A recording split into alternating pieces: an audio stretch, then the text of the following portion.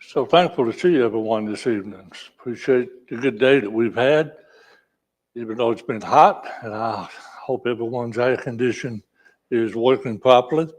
But it's good to see everyone, and for the time that we again have this evening together. Certainly, there's no greater time that we have than to be together with those of like precious faith. So we need to truly count it for the blessing that it is, for and truly indeed it is a blessing. For the last couple of weeks, I guess you live on a rural route. You may have been getting a new newspaper, I think, that must have started in Marshall County. I think the Rather the Sand Mountain Reporter, I think, is the one that's been around for a while. But maybe you're familiar with this one, maybe you're not, but we don't subscribe to it. But like I said, for the last 2 weeks, we've received a copy of it in our mailbox. This happens to be Wednesday of August the 6th, which would be 2 weeks ago from this coming Wednesday. And in it, there was this article that says, the biggest change for back to class in the new school year is something students cannot have in their classrooms, cell phones or other wireless communication devices. Blame it all on the FOCUS Act, legislation passed last season that prohibits students' use of smartphones or other wireless devices in Alabama public schools during the instructional day. Governor Kay Ivey signed the bill into law last month, and she said her backing of the measure came at the request of teachers and parents. You know, when you think about it, for a law to be passed, it's usually a matter of concern.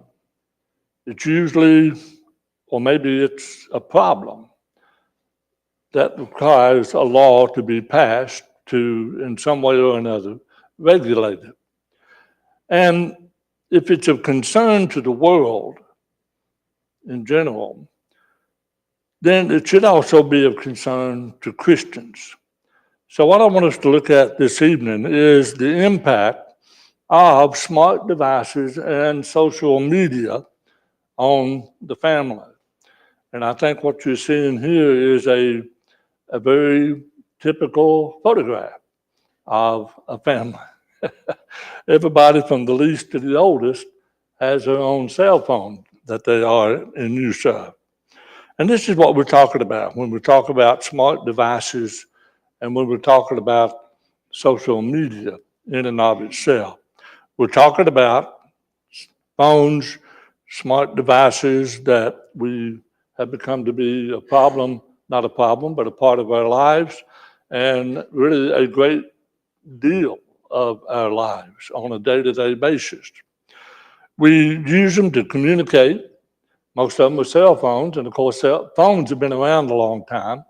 They used to always have a cord with them that you had to leave them at home. And you could only, maybe if you had a long enough cord, go from one room to the other. Otherwise, you had to stand where the phone was or sit where it was sitting, and had very little range of roaming from you as an individual. So we're familiar with phones as a means of communication, calling and talking to people that we need to call and talk to. And of course, cell phones still carry that on. We use cell phones for navigation. You remember the days when you used to have to unfold the Rand McNally maps, and if you was in a car, it took up the whole front seat, and you try to refold them and never could get them to refold the way you originally bought them. But there you were having the task of going to a place you've never been before, and you're having to use this map to find the roads that you need to turn on. Well, we know how much of a convenience a cell phone is with the navigation that are available on it. It really, and it talks to you. It tells you if you where you're going, where to make your turns, and the thing, how long it'll take you to get there. and it'll even give you your speed limit. So they're truly amazing devices when it comes to navigation, and we depend on it. I don't know if the company that made the paper maps have had to go out of business or not. I would imagine they probably have. Then, of course, there's the media, of which is available on our cell phones. And we make quite a bit of use of it, looking up things, keeping check on the news, keeping check on the weather, and other things of that nature. Cell phones help us to sort of get organized. You know, you can organize your phone directory for one thing. You can organize your schedule, your appointments. All of that can be done on a cell phone. You can shop. You can go into websites, Amazon, eBay, even the local, I don't know, Foodland. Do they have a website that you can order food and pick it up or they'll deliver? I know Food City does. I know Walmart does. So they're being used for shopping, not just groceries, but all other kinds of shopping. And there's been a thing since computers have come along that have really interested the young people, even the older people, and that is they have incorporated gaming, not just only on computers anymore, but you can use your cell phone to load a gaming app and spend considerable amount of time. You've got the various apps. I mean, the area of coverage and that things that you can find apps to do with are simply amazing. The virtual assistants. You can get apps now that you can take a photograph of a flower that you're not familiar with, and it'll tell you what that flower is. Or if it's an insect, you can download an app, take a picture of the insect, and identify whatever it is. So we're all familiar with that, and of course, social media itself. Most of you probably know that I am not on Facebook and the other numerous other types of social media that's out there, other than just text and email. That's my social media in that sense of the word. So what do we mean when we talk about media? We're talking about the transmission of information from a source to a recipient. In other words, you can get on your phones and you can Google any subject, not Bible necessarily, but any question, any person, and you can find out information at the snap of your fingers. So it's the transmission of information from a source to the recipient. And of course, the recipient is the person that's using the cell phone. What we mean when we talk about social media is the instantaneous electronic social communication, and that is the sharing of personal information, whether there is a transfer of information takes place with two or more people. We can go on Wikipedia and let it serve as an encyclopedia that we used to have a whole rack dedicated on a bookshelf to the World Book Encyclopedias or the Collier Encyclopedia. And now, like everything else, I kind of wonder if they're in business anymore. Because now you can have the entire encyclopedia in the form of these various websites, Wikipedia being one of them. But social media is person to person or persons to person. And that's what we mean by social media. And like I said, I know what the F is. It's Facebook. But beyond that, I'm not sure what all these other symbols represent, but I do know that they represent social media, where you can get on these and you can communicate with other people. You can do add, subtract people from your friends, and all of this sort of thing. And you can find out everything that a person does every hour of the day if they're that type of person. And some people are that type of person. They can't let any kind of event, I think even if they sneeze, they got to put it on Facebook for everybody to know. But you know, there's also the benefits to social media. There is the way that we maintain relationships. Like I said, we've always done that with the telephone. Except years ago, I remember you had to be very sparing with the way you used your phone, with the cord that was tied to a wire that went outside to the telephone pole, because they were expensive. When I went away from home for the first time, I couldn't afford to call mom and dad. It was just simply too expensive. So we relied back in that day of writing letters. Well, it took a week or two for a letter to get to where you wanted it to go, for the person to read it, for the person to write another letter and send it back to you. You're probably looking at 2 weeks minimum in the time period of communicating and finding out how things are at home or how things are with the person. But now we have the benefit of, in just a matter of seconds, that we can call and find out and talk with one another, and we maintain our relationship through social media. And that's all well and good. Same is true with creative expressions. The same is true with community building. The same is true with sharing of information. All of that is the benefit of the social media. Personal branding, business opportunities can be had through social media. There is the networking that you can get involved in. There is the advocacy and the activism that is so much a part of our society today that many people get themselves involved in. And they do it through the fact of being able, with the electronic and technology that we have, of being able to do advocacy in whatever the subject matter is and to be active in it. There's learning and education, obviously, that is a benefit from social media. And there's, last but not least, leisure, entertainment, that is all furnished through the means of social media. So there's truly a lot of benefits that can be had from social media, but there's also the downside. There's also the negative aspects of it. And that is in regards to the negative impact on the family. You know, the Bible has a lot to say about the family. And just one such passage to consider is, for example, Colossians 3, beginning with verse 18. Wives, submit to your own husbands as is fitting in the Lord. Husbands, love your wives and do not be bitter toward them. Children, obey your parents in all things, for this is well-pleasing to the Lord.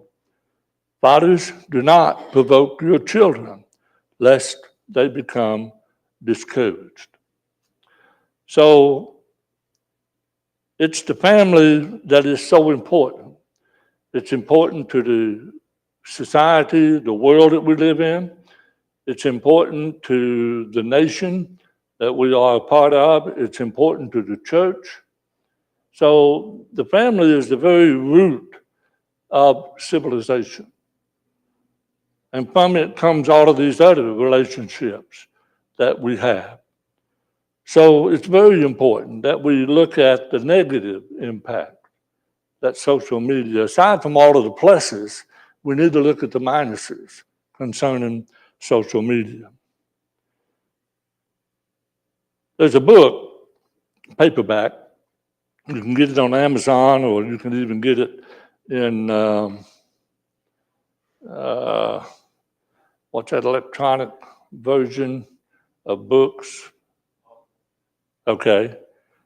So this is what we're looking at concerning what's called the terms of service. And this was written by Chris Martin.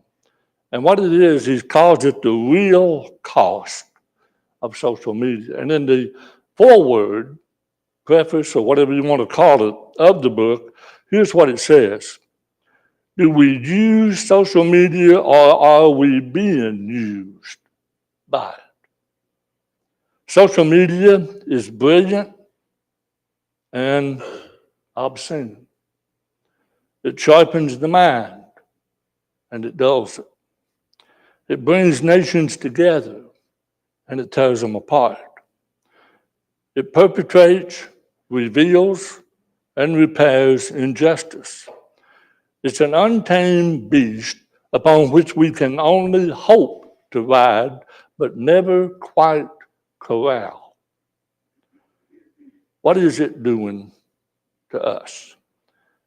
And so that's what this book basically deals with. The greatest negative aspect of social media is this: it's addiction.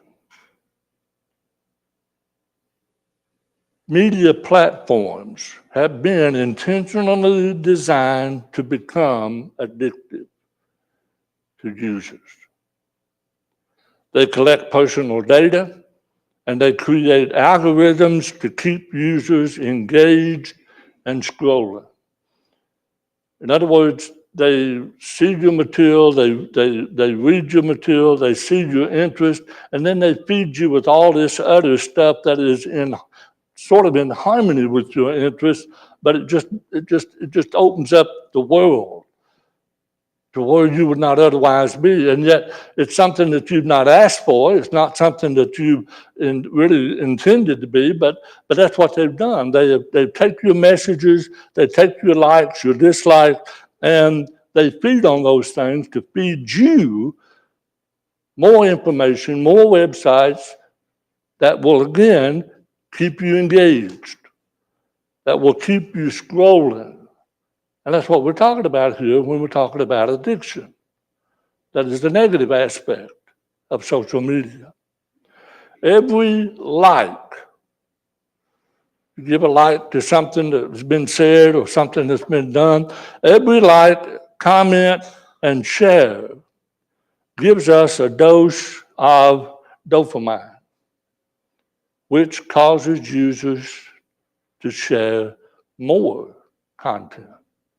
That's why I've said there's some that go to the point of every time they sneeze, they gotta send out a text or a Facebook on it, plus everything in between.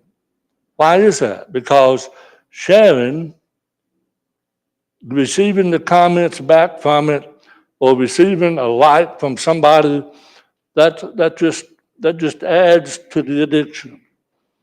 Call it dopamine, just call it addiction, because that's truly what it is.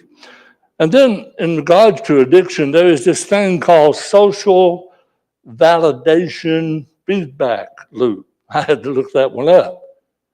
But basically what that is this. It's a cycle where individuals seek approval from others and then use that approval to reinforce their behavior and their sense of worth, self-worth. So this can lead to dependence on external approval and potentially negative consequences for mental health and personal development. So a big word, but yet I think we see what it boils down to. It's desiring, wanting to have the approval of others. And who of us here doesn't, to a certain extent, like that, want that, need that? But again, this is the thing that social media does to feed to a greater extent that leads into an addiction, and it leads to the things that very obviously affect mental health and a person's personality, a person's development. Another part of that addiction can be seen in what's called the fear of missing out. You know, what this means is when it feels like that everyone else is on social media. You know, we want to do what our friends do. We want to do what other people do. We want to do what our work associates do. So we feel like that everybody else is on social media, so we feel like that we can't log off or that we will miss out on something important if we do. So that keeps us glued. That keeps our attention focused. Regardless of whatever else is going on around us, here's what we're focusing on. We're focusing on what's being done on that phone in front of us, on whatever the social media platform is that we're using, and we want to feel and do like what everybody else is doing, and for that reason, we just can't lay it down. We can't turn it off. We may lay it down for a minute, and then less than a minute later, we picked it back up, and we're back to where we were a minute ago.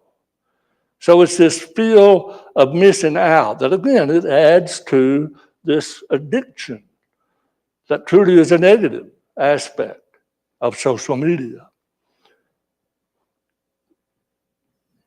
If we aren't logged on, and if we're not participating, we feel like that we are invisible.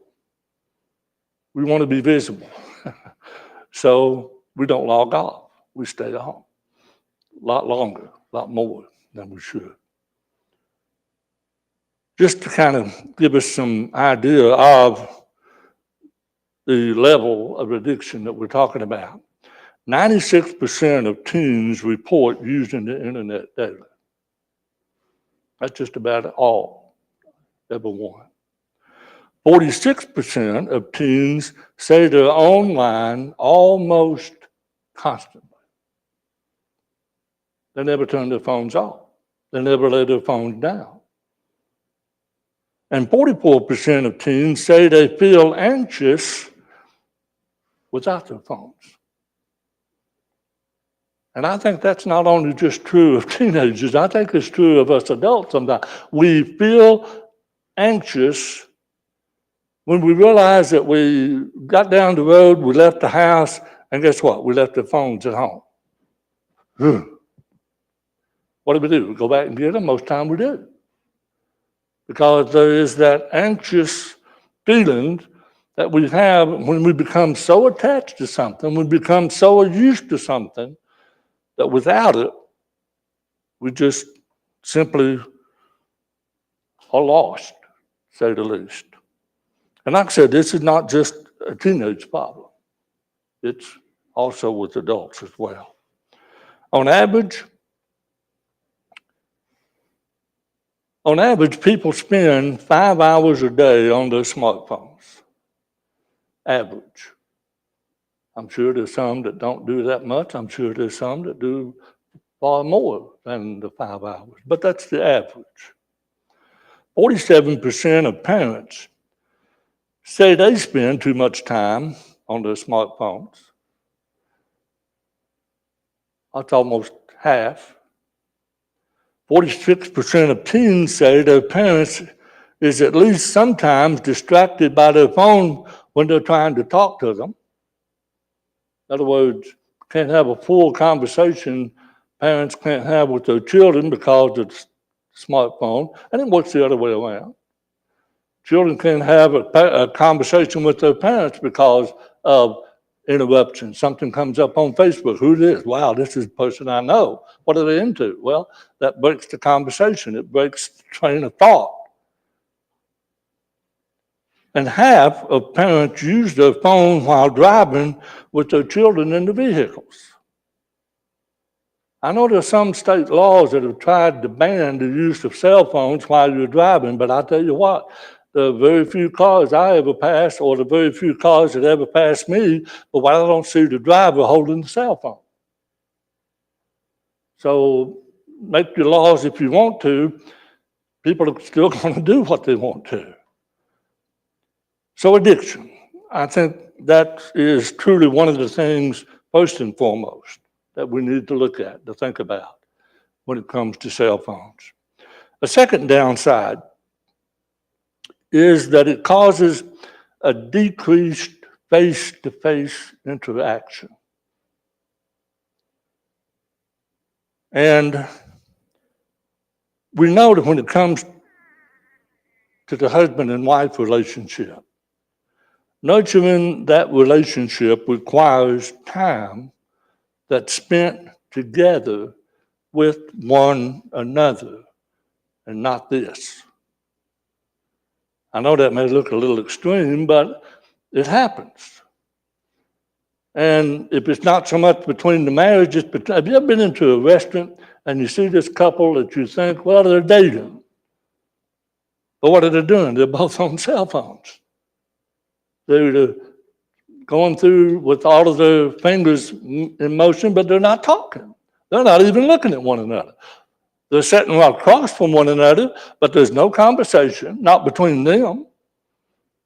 There is no, yeah, they're together, but really they're not together. Because that's not the kind of togetherness that it takes to nurture a marriage. But we see this, it's so common. You know, 1 Corinthians 7, we read in verse 2, nevertheless, because of fornication, let each man have his own wife, and let each woman have her own husband. Let the woman render to his wife the affection due her, and likewise also the wife to the husband. The wife does not have authority over her own body, but the husband does. And so likewise the husband does not have authority over his own body, but the wife does. Do not deprive one another except with consent for a time, that you may give yourself to fasting and prayer and come together again, so that Satan does not tempt you because of your lack of self-control. You know, being a parent requires time. Husband and wife relationship requires time. Well, being a parent requires time. And it requires this personal interacting with our children. Or else, how are we going to go about doing what Ephesians 6 and verse 4 says? Bring them up in the nurture and in the training and the admonition of the Lord. How are we going to do that when I think the picture pretty well depicts what the situation is in far too many cases? And another negative side to all of this is conflict. It's stated that there's 4 in 10 parents that say it's hard to manage how much time their teen spends on their phone. A lot of the family arguments, a lot of the family conflict is over cell phones. You know, just like we read about that newspaper article, they're trying to get them out of the classroom. Why? Because they interfere with teaching. The teacher can't teach. Why? Because that's not where the focus is. And so the same is true here. When we are trying to get our children to see that there's another world around them that's real, and that's the world that they need to be most focused interacting with. And yet, as again, going back to this addiction thing, they know here's where all their friends are. All their friends are on this little square device that you hold in your hand. Well, it's a world that they want to be in as opposed to the real world. And so when you begin to set down rules, then here comes the conflict. Here comes the arguments. Here comes the disobedience. And 4 in 10 parents and teens report regularly arguing with one another about that very thing. Half of parents say they have looked through their teens' phones. Only half. You know, we used to talk when computers were able to be engaged in the chat rooms and the things of that nature, that, you know, you needed to keep a watch on your child's use of computer. Where are they going? Go into the history log and see where they have been in the website. Well, it seems like that we didn't do that well enough maybe with computers, and now with cell phones, we don't do it at all. And what I mean by that is a lot of kids say, well, you know, I've got my privacy.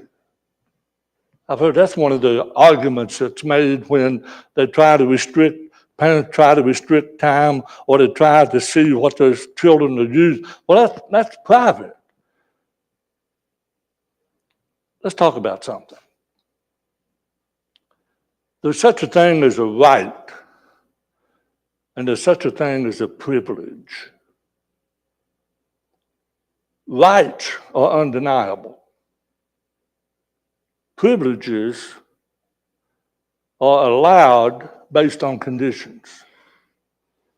I remember when we took Deanna and Reuben to get their driver's license. You had to go before the driver's license was issued, you had to go before a judge.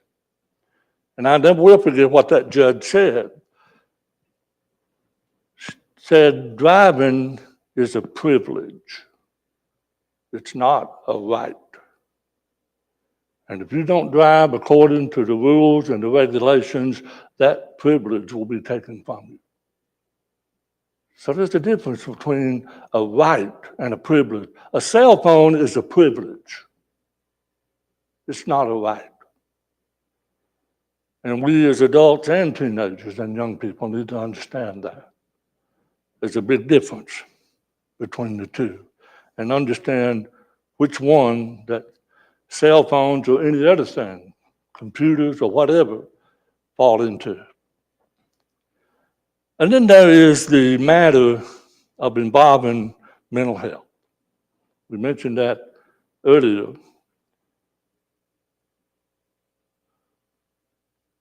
It can and does increase anxiety and depression.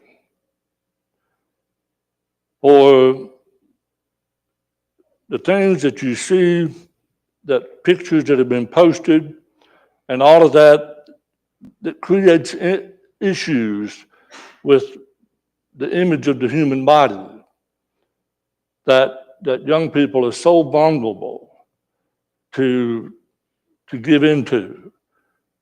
They think they too must look that way, or they too must wear that, or whatever the case might be. Whether it's fingernails, or whether it's makeup, or clothes, or whatever it is. But there is all of this that is involved. There's even bullying that takes place. You don't have to be in a high school or grade school classroom to be bullied. You can be bullied on cell phones. We call it cyber because everything related to the internet is cyber attached to it. And another thing about social media is isolation.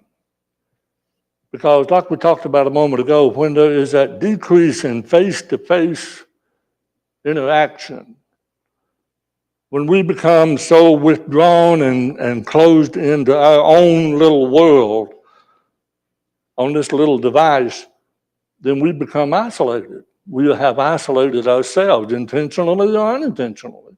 We are isolated from the rest of the world, even our own families. So we see how that mental health can and is another one of those downsides of social media. And it has a great potential of exposing us to negative influences. The proverb writer said in Proverbs 1, "My son, if sinners entice you, do not consent. Do not walk in the way with them. Keep your foot from the path." You know, all of us, teens or even adults, we want acceptance. It's a part of our human makeup to be accepted by our family, by friends, by whatever. We want to be accepted. But we need, as what is stated in 1 Corinthians 15 and verse 33, don't be deceived. Evil company corrupts good habits. The influence of others is so powerful, and it has its effects. And usually if they're the people that they ought to be, if they're the friends they ought to be, then it's a good effect. It's a good influence. But there's more, sad to say, evil, wrong influences out there than there is good.